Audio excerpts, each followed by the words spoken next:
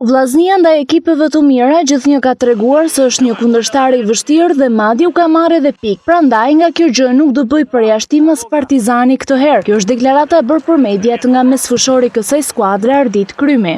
Po ne i kena tregu forcat që me ekipet e si Korça si tjerat, po mendoj që do ta vlerësojmë 100%, nuk kena pse pas frikë Partizanin. Kampionatin e kalum, po.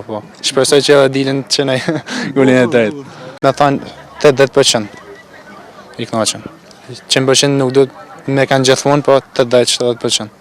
Krymi po luan sezonin e tretë si titular dhe ndonë se është vetëm 20 vjeç, është ndëruar në një nga pikat më të forta të mesfushës së vllaznisë. Ndeshja me Partizanin që do luhet ditën e diel në orën 17 në stadiumin Loro Beriçi, konsiderohet shumë e rëndësishme për Kuqërblut. Ata rikthehen të luajnë në këtë stadium pas 2 muajsh dhe kjo pritet u sjell fat, sepse kanë treguar se në këtë impian sportiv janë të pathyeshëm. Ndërkohë klubi Vllaznia ka bërë të ditur se që nga paraditja së premtes në sportelet pranë stadiumit ka nisur shitja e biletave. Çmimet e tyre janë si të ndeshjeve të mëparshme me Kuksin dhe Flamurtarin dhe duket se për takimin e Rallës ndaj të Kuqve ka një interesim të madh në rallët e tifozërisë shkodrane.